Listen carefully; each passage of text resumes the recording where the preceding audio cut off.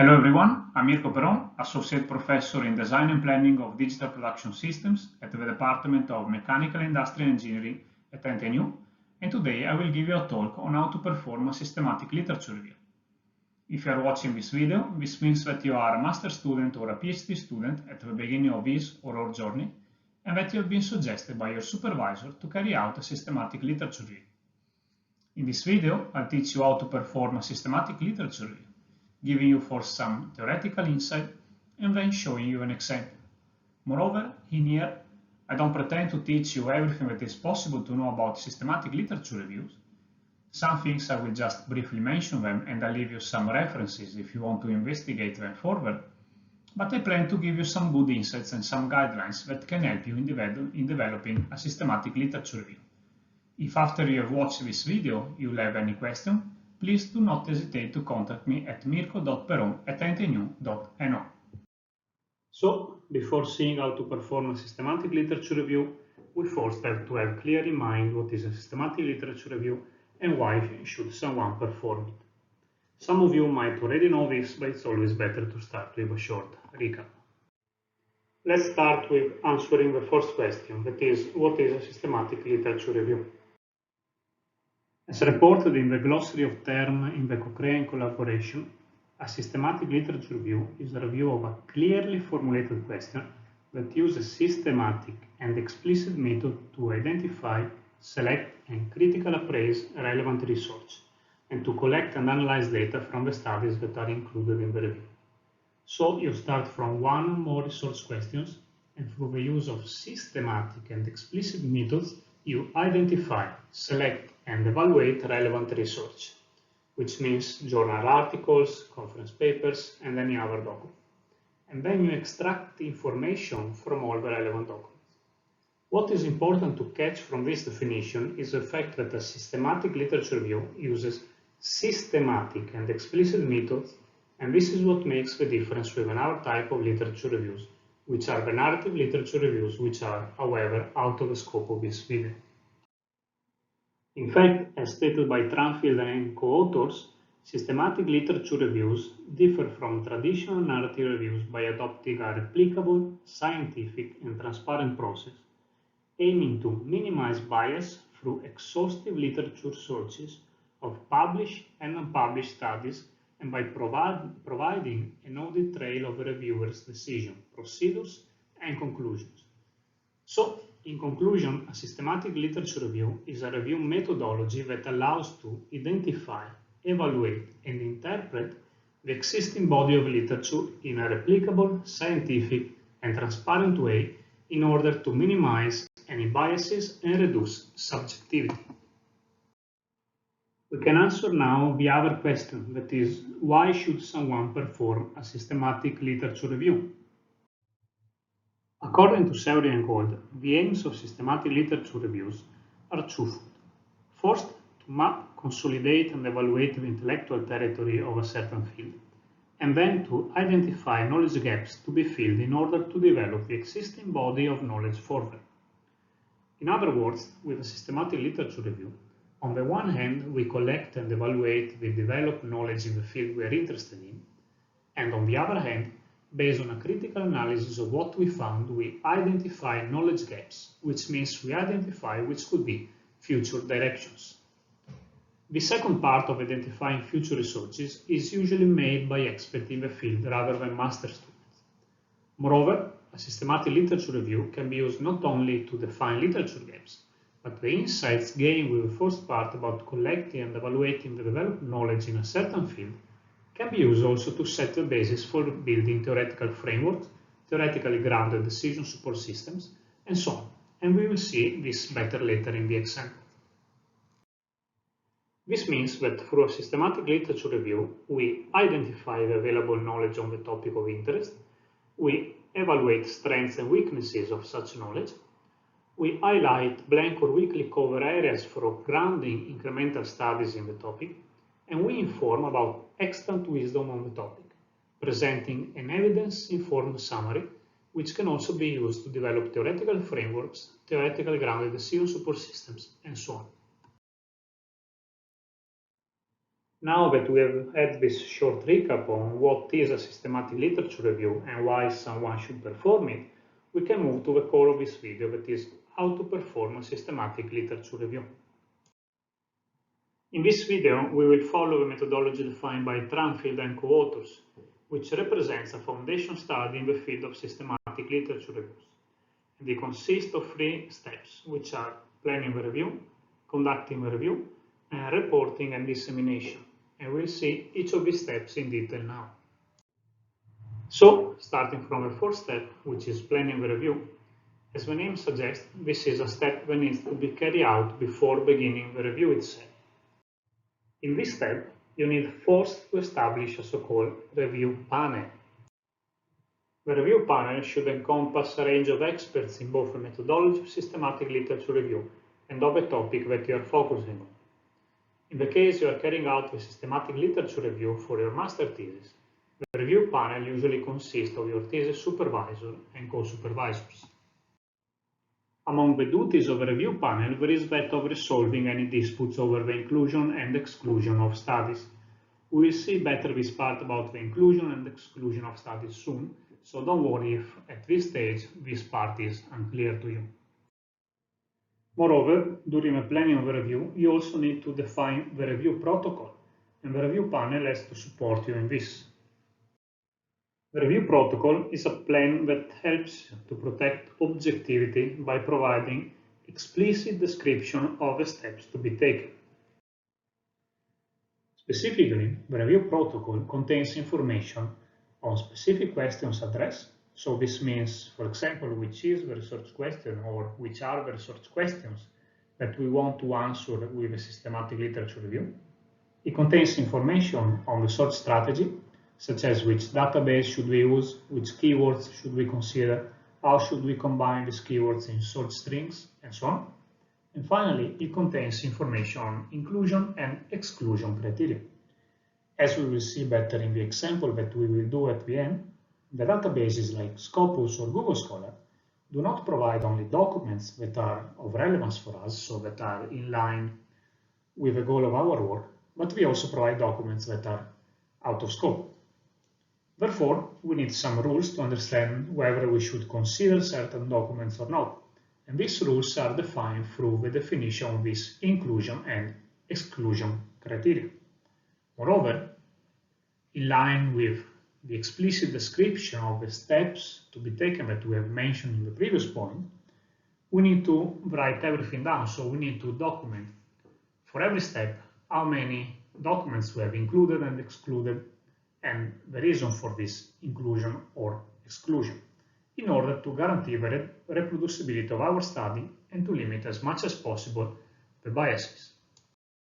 Once we have planned the review, establishing the review panel and defining the review protocol, we can move to the second step, which is conducting the review.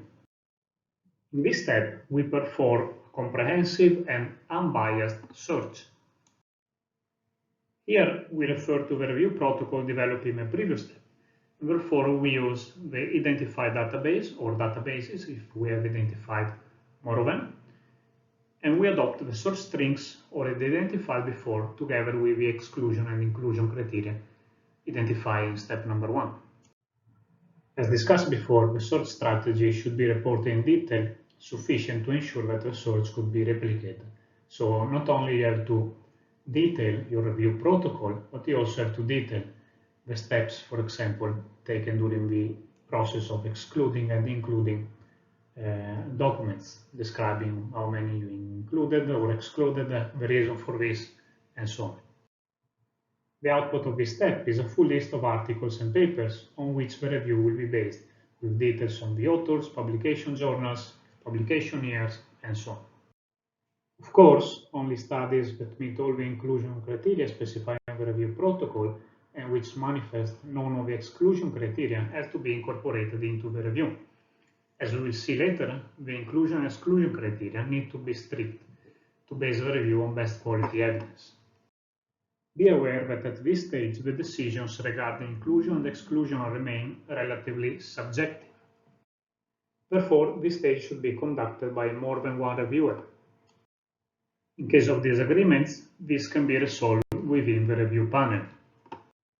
For master students, since you are developing your thesis alone most of the time, what you can do is to take a random sample and check your decision on exclusion and inclusion with your supervisors if, of course, they agree to do so. Now, let's see a little bit more in detail the process of selecting studies. This involves several stages. As first step, generally evaluate the full list of articles and papers, which is the output of your search strategy, with respect to the exclusion and inclusion criteria.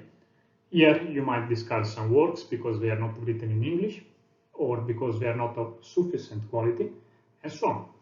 This step can be done almost automatically in the database you are using. We will see this better later on in the example, and we will specify which are some common exclusion criteria. Then, in the second stage, you perform the so-called title and abstract screening. This means that you read the title and the abstract of the remaining articles and papers, and that you evaluate them with respect to the exclusion and inclusion criteria. For example, some documents might be out of scope, or there will be some other reason that we will see later on during the example. Finally, you perform a full text reading of the remaining articles and papers. This means that you read and evaluate the paper with respect to the exclusion and inclusion criteria. And again, we will see more in detail this later on in the example. The articles and the papers that you will end up with at the end of this third stage will constitute the basis for the third step of a systematic literature review. Moreover, as we said before, you need to document everything, and in this phase, you have to document the number of sources included and excluded at each stage. So, for example, you have to report how many documents you have excluded after the title and abstract screening. The same, for example, for a full text reading. And not only you have to report the number, but you also have to report the reason for exclusion or vice versa inclusion. We can now move to the last step, that is reporting and dissemination. This step is usually divided into two stages. The first stage is the so-called descriptive analysis, which provides a full descriptive analysis of a field under investigation. This is usually a quantitative analysis where you describe, for example, the temporal and geographical distribution of the documents, meaning how many documents have been published every year, for example. You describe the journals in which these documents have been published, so how many documents have been published in a specific journal, and so on. And you also describe, for example, who are the authors and many other things. The second stage instead is the so-called content analysis. In the content analysis, you map and summarize the knowledge available in the field, highlighting also whether there is consensus among researchers or not, and this will represent the basis for you to identify key emerging themes and future researches and to develop theoretical frameworks, theoretical grounded decision support systems, and so on. It is worth mentioning that in both the descriptive and content analysis, the documents are analyzed based on different categories which allow to classify and group the review materials. We will see soon how you can identify these categories, so don't worry if this is something unclear at the moment. Therefore, in the descriptive analysis, we can also find the distribution of documents over the different categories, and in the content analysis, the documents are usually mapped and summarized according to the different categories, and similarly, the future resources are usually identified for each category. We can now see how it is possible to define these categories. These categories can be derived from two main approaches. And specifically, a deductive approach or an inductive approach. There is also another one which is called abductive approach, which however we won't discuss since it is less common. In a deductive approach, categories are taken from existing theories, so from existing literature, and they are therefore defined before analyzing the documents composing the body of our study. This is therefore possible only when the topic has already been extensively treated and theories have already been developed. In an inductive approach, instead, the categories are derived from the material under examination itself. So we derive the categories from the documents that we have identified in step 2. And we do this by employing an iterative process of category building, testing, and revision. So we read the documents, we identify some preliminary categories, and then we test and revise these categories by comparing the categories with the material under examination. This approach is necessary when the topic under consideration is new and theories are null or very scarce. For more info about category building, so the deductive, inductive approach, and also the abductive approach that we just mentioned at the beginning, you can refer to this paper to find some examples. Now that we have seen the theory behind how to perform a systematic literature review, we can see an example of how to do so. Specifically, I will show you an example taken from a work of mine developed together with other colleagues, but you can find more other published works which are well done and from which you can learn a lot. More in details, in the work that we will use as reference, we have developed a decision support system for designing win-win interventions impacting occupational safety and operational performance in aging workforce context. Specifically, in this work we have used a systematic literature review to map the available knowledge on this topic for then developing a decision support system. In fact, if you remember what we said before, with a systematic literature review, we can collect and evaluate the developed knowledge in the field we are interested in, and then, based on a critical analysis of what we found, we can either identify knowledge gaps, or we can build theoretical frameworks, theoretical grounded decision support system, and so on. And this is what we have done in this work. We have leveraged a systematic literature review to map, collect, and evaluate the available knowledge on how interventions impact occupational safety and operational performance in an aging workforce context, and we have then used these insights to develop a decision support system.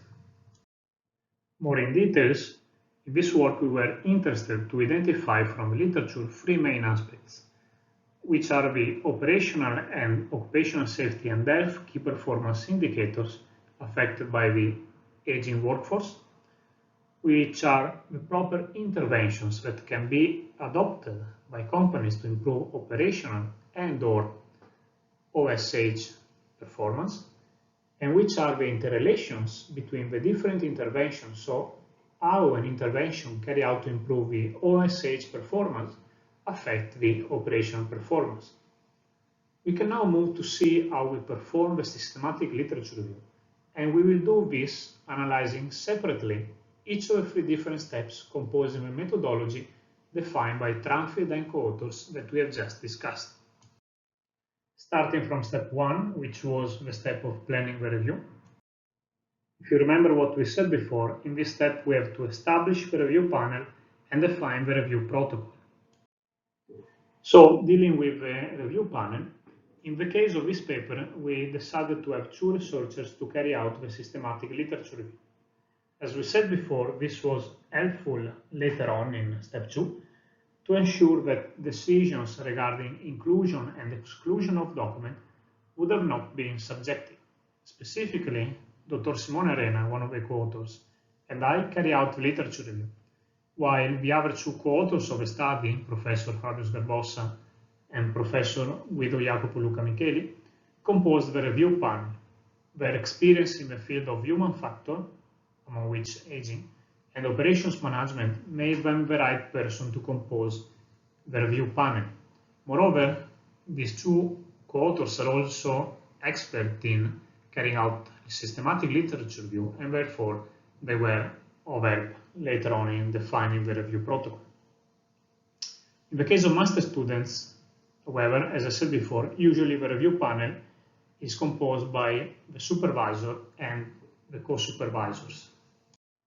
Then, dealing with the review protocol, we had to define the specific questions addressed, the source strategy, so the database or databases, keywords, how to combine these keywords in source strings, and also we had to define the inclusion and exclusion criteria.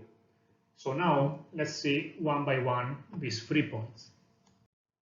Starting from the first one that deals with defining the specific question or specific questions addressed, so basically which is the research question or which are the research questions that you are tackling.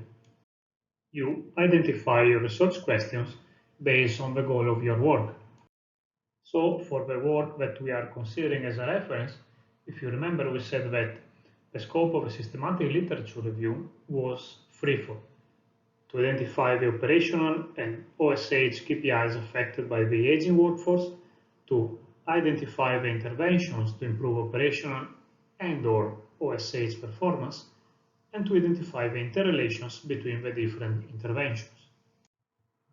These goals correspond to the following three research questions. So first, which are the operational and OSH KPIs affected by the aging workforce? Second, which are the interventions used to improve operational and/or OSH performance? And last, which are the interrelations between the different interventions? Then we can move to the next part of the review protocol, which is the search strategy. So we need to define now the search strategy. In the search strategy, we have to define the database or databases, where to search the documents, the keywords to use, and how to combine these keywords to create search queries. So for the database, you can use one or more databases. You can use Scopus, Web of Science, Google Scholar, and others. Each of them has, of course, their pros and cons. Google Scholar, for example, lists to more results than Scopus and Web of Science, but the quality is not always high, since you can also find master theses in there. You can use Google Scholar, for example, when you are investigating a new topic, and hence you need as many documents as possible. In our case, however, since the topic is not new, we have used Scopus, and specifically we decided to use Scopus because of its broad coverage of journals in management and engineering, as stated in this reference, and these two are basically the field where we are more interested in. Dealing now with the keywords, the definition of the keywords is a crucial step because the keywords we will use and how we will combine them into the search queries will determine the quality of the output from the databases. Therefore, we cannot be too broad with the choice of the keywords, otherwise we will obtain too many results, which will render impossible basically to do a screening. And we cannot be too detailed and specific, otherwise we risk to miss some relevant documents. Usually, we have two or more groups of keywords, one for each main field of the topic under considerations, that will then be combined through Boolean operators to define the search queries, as we will see later. In our example, we have two groups, one related to the aging workforce, which is group 1, and one related to the operational and OSH performance, which is group 2. As you can see from the table, you can see that together with the keywords, we have quotes and asterisks. We use the quotes, and specifically double quotes, when we want to search for loose phrases, meaning that the words must be together. This is especially useful when we have a keyword that is composed by two or more words, like in the case of aging work. So in this case, the database, so our Scopus database, identified only documents where the words aging and work appeared one after the other. The quote wouldn't be needed for single words, but in our case we put it everywhere just to be sure that we wouldn't have missed it where needed. We use then the asterisks when we want to search for keywords having as base what's before the asterisks. For example, with the asterisks in old work, we search for keywords such as old worker, old workers, and similar. More explanations and more tips can be found in the link here that I strongly recommend you to read. Finally, dealing with search queries, we have first to define how to combine the different keywords into search strings, and you can combine them with Boolean operators such as and or. If you use and, this means that both keywords have to be present. If you use or, this means that at least one of them has to be present. If you have two groups of keywords, you usually use or to separate keywords within the same group, and to separate keywords within two different groups. And this is what we have done in our example, where we combine the keyword within each group with a Boolean operator or, and between the two different groups with a Boolean operator and.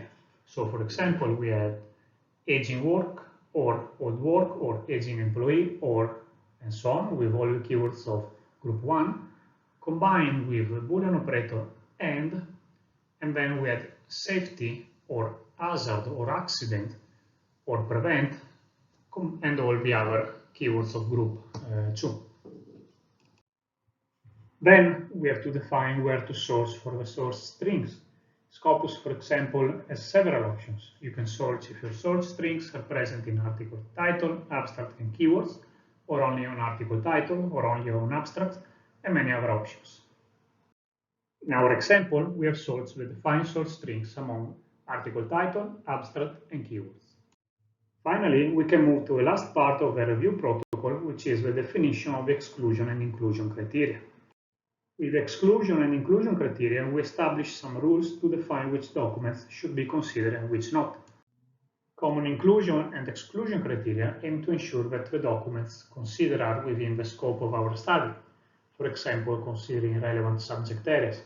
If we are working on the engineering field, we can remove documents which are classified within the medicine subject area, for example. Or as another example, considering the year of publication, if we are investigating Industry 4.0 related topics, the articles published before 2011 are not related to Industry 4.0 since the term was first used in 2011. Then we also aim to ensure that the study is reproducible, and therefore we can limit the study to documents that are accessible by everyone. So you can have a filter on the language, on the documents for which the full text is available, and so on. And then we also aim to ensure that the study is of high quality, and therefore we can consider only documents that are of high quality, applying, for example, a filter that considers only journal articles, leaving out conference papers and book chapters. Or you can even consider to apply a filter on the journal articles based on the Shimago Journal Index, the SJR index.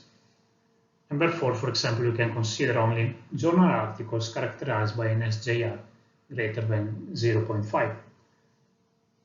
And some other goals that some other papers might have included in the analysis and that you can discuss with your supervisors. In our example, the inclusion and exclusion criteria considered are the following. We consider only papers limited to journal articles and reviews. We consider only papers published in English. We consider only papers published from 2011 to 2020. And then we consider only papers that refer to the subject areas of social sciences, psychology, economics, econometrics, and finance, engineering, decision sciences, and business management and accounting. We can now move to the second step of systematic literature review, which is conducting the review. If you remember what we saw before, we said that the output of this step is a full list of articles and papers on which the review will be based, and that this list includes only studies that meet all the inclusion criteria specified in the review protocol and which manifest none of the exclusion criteria. Moreover, we said that the decision regarding inclusion and exclusion are subjective, and that therefore this stage should be conducted by more than one reviewer. Finally, we also saw that we have to report research strategies in detail sufficient to ensure that research could be replicated by others. In the case of this paper, as I said before, Dr. Simone Arena and I decided whether the different documents met the inclusion and exclusion criteria or not. What we did was to carry out the evaluation independently from each other, and then we compared our results. If we had some disagreements, we first discussed the issues internally, and if a disagreement persisted, we discussed it with the review panel. Specifically, if you remember from before, we saw that the selection of the studies according to the exclusion and inclusion criteria is divided into three main stages, where first you generally evaluate the full list of articles and papers with respect to the inclusion and exclusion criteria. And this, as we said before, can be done by Scopus, for example, without human intervention, so with no risk of subjectivity. Then you do a title and abstract screening of the remaining articles and papers, where you read and evaluate them with respect to the exclusion and inclusion criteria. And this is done by the human, so you have the risk of subjectivity. Finally, you do a full text reading of the remaining documents, where you read and evaluate them with respect to the exclusion and inclusion criteria. And again, this is done by the human, so you have the risk of subjectivity also here. So, since only the last two stages of the study selection process are affected by subjectivity, Simone and I compare our results only at the end of these two stages. Moreover, we also said that it is important that we document the number of sources included and excluded at each stage, together with the reason for exclusion. And it makes sense to do it considering only the stages affected by subjectivity, so our resources can compare their activities to what we have done. And to do so, to document the number of sources included and excluded at each stage, you can leverage the Prisma diagram, which is a well-recognized graphical way to document the number of sources included and excluded at each stage. We can now see how to perform the second step, and we will see how to do it in Scopus, since this is the database used for the work that we are considering. Specifically, we will see step by step how to use it in order to conduct the review and obtain the full list of articles and papers on which we based the review. In this way, you will become familiar with the database and you can use it in the future to carry out your own systematic literature review. You can access Scopus from the link here reported, or you can just type it on Google, and you need to be connected to an internet connection provided by your institution, otherwise you won't have access. So in case of NTNU student, this can be done simply by connecting to the NTNU Wi-Fi, or you can connect to the EduROM, or if you are working from home, you need to use the VPN. If you do so, this is the main page. You can see that you can select where to carry out your search, meaning if you want to do it through documents, authors, or affiliation. This was defined previously in your review protocol in step 1. In a systematic literature review, you carry it out through documents. And here, as we said before, you can choose where you want to search your keywords. So whether you want to search them through article title, abstract keywords, only article titles, and so on. And you can do so by clicking on the drop-down menu. Here you can see the options, so you can search through only the abstract, only the title, abstract, and keywords, and so on. And this again was decided in your review protocol. Then, in search documents, you will add your keywords.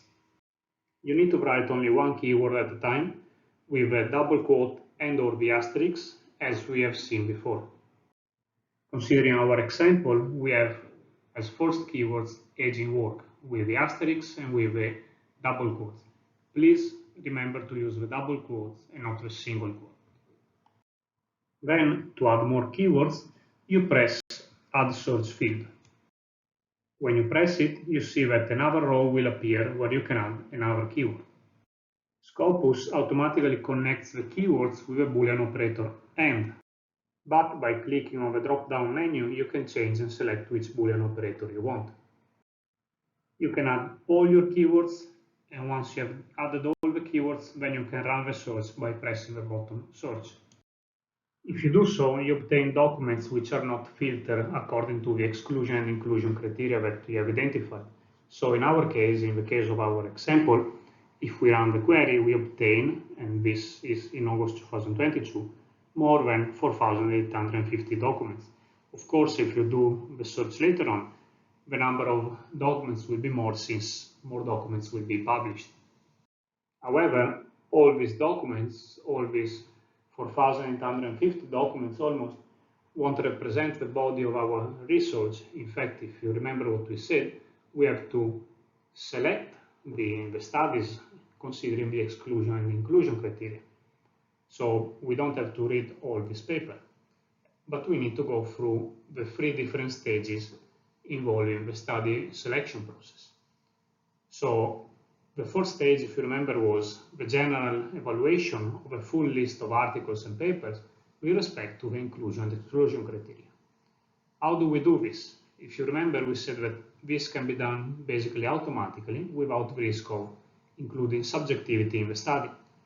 We can do this either through Scopus directly or by exporting the list of documents from Scopus in Excel and use some filters in Excel. My suggestion, this is what I usually do, is to do this directly in Scopus, since Scopus is very user-friendly in this, And moreover, you can also reduce the size of a file that you have to extract. We will see, however, how to extract a list of documents from Scopus in the next stages.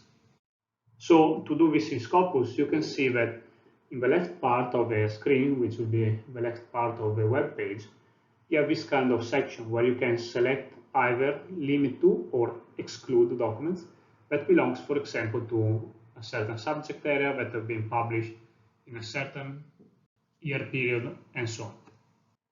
So to exclude documents, you have to first select your exclusion criteria and then to click on the button exclude. For the inclusion criteria then, so to include documents, it will be the same, but instead of pressing the button exclude, you have to press the button limit to. Considering as an example an inclusion criterion, such as that of the year of publication, and referring to our example, if you remember, we have that we consider documents published from the year 2001 to the year 2020, that is when the systematic literature review was carried out. So to do this, you have to click on the corresponding arrow. This will expand the menu. If you press on View More and then on View All, you will see all the years for which papers were found. You can filter by year just by clicking on the year of interest, and then on Limit to, since we are referring to an inclusion criteria. In this way, the number of documents has been reduced from more than 4,850 to less than 3,500. If we do the same for all the other exclusion and inclusion criteria, we end up with a total of 1,295 documents. It is worth mentioning that this number is slightly different from what we wrote in the paper, which was 1,311, because some documents first appear in Scopus with one date, which corresponds to the date of the online publication, and this date then changes when the document is published in the journal issue. So, for example, one paper of mine was published in JPR, and it was first recorded in Scopus under the year 2020, which corresponded to when the paper was available online, and now it is recorded under the year 2022, that corresponds to the year of the journal issue. So now everything should be stable if you try to replicate this study that we are referring to, and even if you do the search in 1 or 2 years, you should always obtain 1,295. But if you follow step by step my instruction and you find a slightly different number, then you know the reason. Now that we have done this first check of a list of documents with respect to the exclusion and inclusion criteria, we can go to the second stage, that is the so-called title and abstract screening, where we have to read the title and the abstract of the documents which are left and evaluate them with respect to the exclusion and inclusion criteria. In fact, the first exclusion done by Scopus is too general and not detailed towards our goal, and therefore we need to read the title and abstract to identify documents that are not relevant. To do this, we can again either use Scopus directly or export the list of documents from Scopus in Excel and use filters there. Personally, I find it easier to use Excel, as it is also easier than to check the results of the screening with a second researcher, and in the case of the paper was with Dr. Simone Arena. And to export the list of papers or the list of documents, you have to do like this. First, you select all. Once you have done that, you can click on Export. When you do that, this page will pop up. This is a predefined page, and you have to select how you want to export the list of paper, and you also have to press on any information you want to add. In our case, we select the CSV file as file on which we want to extract the list of documents, and then we add abstract and keywords, and especially the abstract, since we are going to do the title and abstract screening, to the predefined information that we are going to extract. Once we have done this, we can press the button Export at the bottom of the page, and the CSV file will start being downloaded. Once we have done this, we can open the file in Excel and start the title and abstract screening. Here, what you have to do is to read the title and the abstract and decide whether a document is worth to be included or not. So if it is out of scope or not, so if it meets your inclusion criteria. If you are sure that it is out of scope, then you remove it. Otherwise, you will consider it in the next stage, that is the full text reading. As I said before, Simone and I did this in parallel, and then, when we were done, we compared our results at the end, discussing with the review panel if we had any disagreement. Moreover, in this stage it is important that you write down the reason why you don't consider a document any further. After this stage, we ended up with 189 documents. Please be aware that 189 was obtained considering the year of publication recorded in Scopus when we wrote the paper. If Simone and I would redo this process now, we would maybe obtain a slightly lower number based on what we said before, talking about the difference between the 1,300 documents reported in the paper we published and the 1,295 documents that we found now carrying out the Scopus search. Now that we have done this second check of the list of articles with respect to the exclusion and inclusion criteria, reading the title and the abstract, we can go to the last check, that is the full text reading, where we read and evaluate all the documents with respect to the exclusion and inclusion criteria. In fact, from the title and abstract screening, it might have been unclear whether some documents were relevant or not, and with a full text reading we can solve this. Moreover, some documents that seem to be within the scope of the study through the title and abstract screening might reveal to be out of scope. This step can be done in the same cell as before. You might create a new working sheet to keep track of the different steps. So as for the title and abstract screening, this step also needs to be done by more than one researcher, and the results need to be compared at the end, discussing with the review panel if there is any disagreement. Again, it is important to write down the reason why you don't consider a document any further. In conclusion, referring to the example that we are considering, we ended up with 120 documents which composed the basis for the third step of a systematic literature review. Again, as we said before when talking about the second stage, be aware that this number, these 120 documents, were obtained considering the year classification done by Scopus in 2020 when we wrote the paper. If Simone and I would redo this process now, we would maybe obtain a slightly lower number based on the same reason that we mentioned before when talking about the difference between the 1,311 documents reported in the paper and the 1,295 documents found in this video.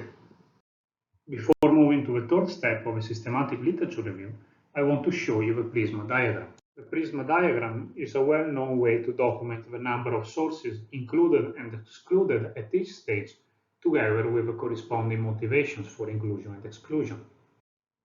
In fact, the aim of the Prisma diagram is to help authors to improve the reporting of systematic reviews.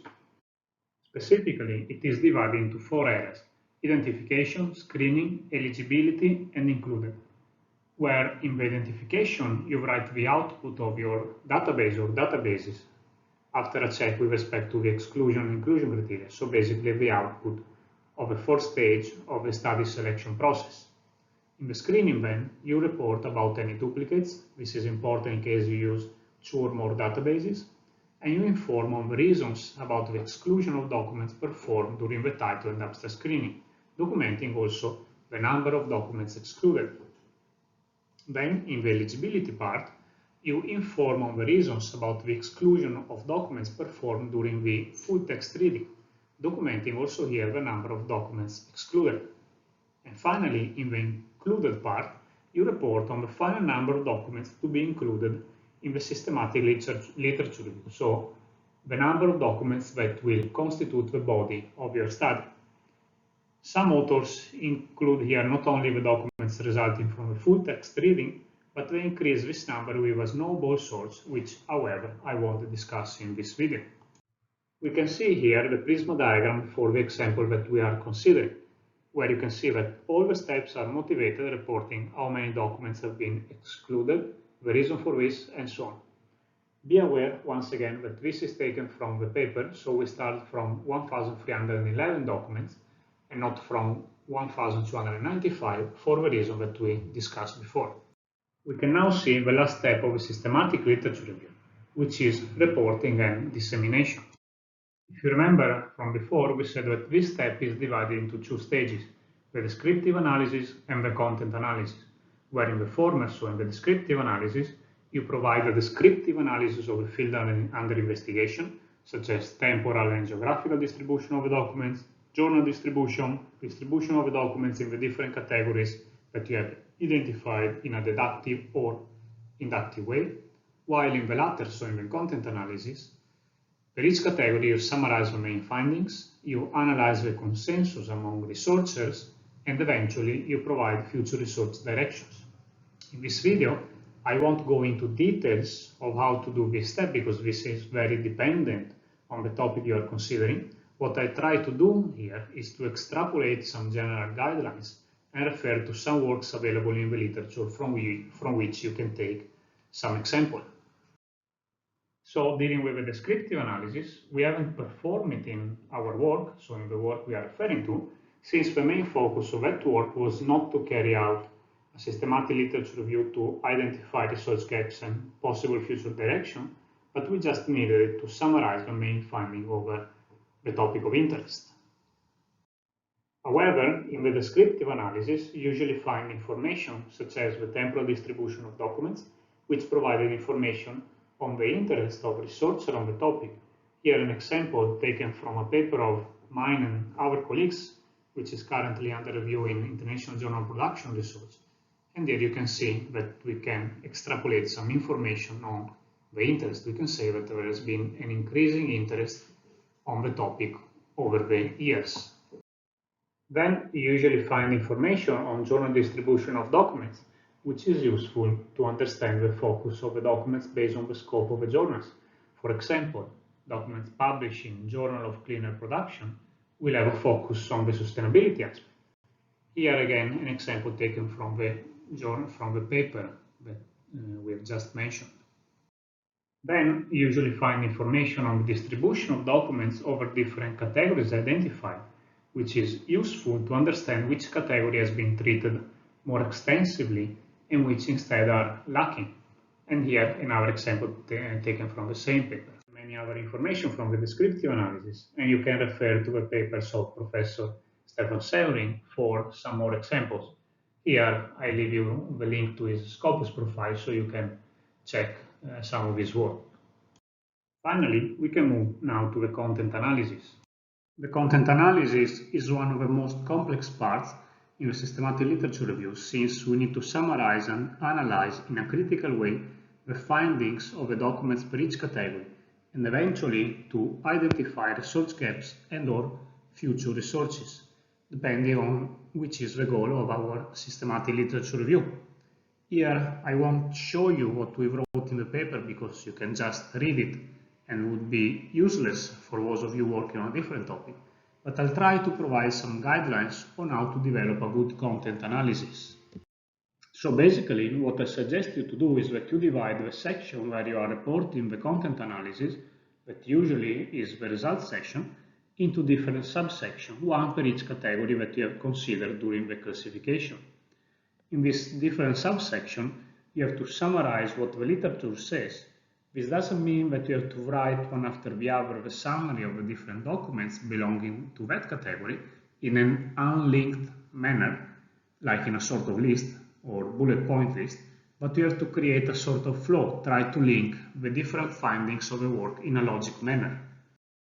So if more than one document, so more than one author has described the same thing, you can simply say that XXX, YYY, and so on has found similar findings, or that similar results have been found by XXX, YYY, and so on. Here an example from the paper we are considering where you see that we have used this sentence, similar results were also found by, and so on. Moreover, we have also to identify and report if there are some contradiction or disagreements among researchers. Furthermore, it is important that in the content analysis, you don't only have a random summary that doesn't leave anything to the reader, but that you summarize the findings with respect to the topic you are investigating, and that you leave a clear message. So, if a content analysis is well done, you should be able to easily identify some propositions or key factors from the content analysis. I'll stop here now because we could spend much more time looking at the different examples, but what I suggest you to do is to refer to the papers I've mentioned before in this video, where there are some very good examples of content analysis, and if you'll have any question, please just contact me at mirko.peron@ntnew.no. And thank you very much for your attention, and good luck with your systematic literature view.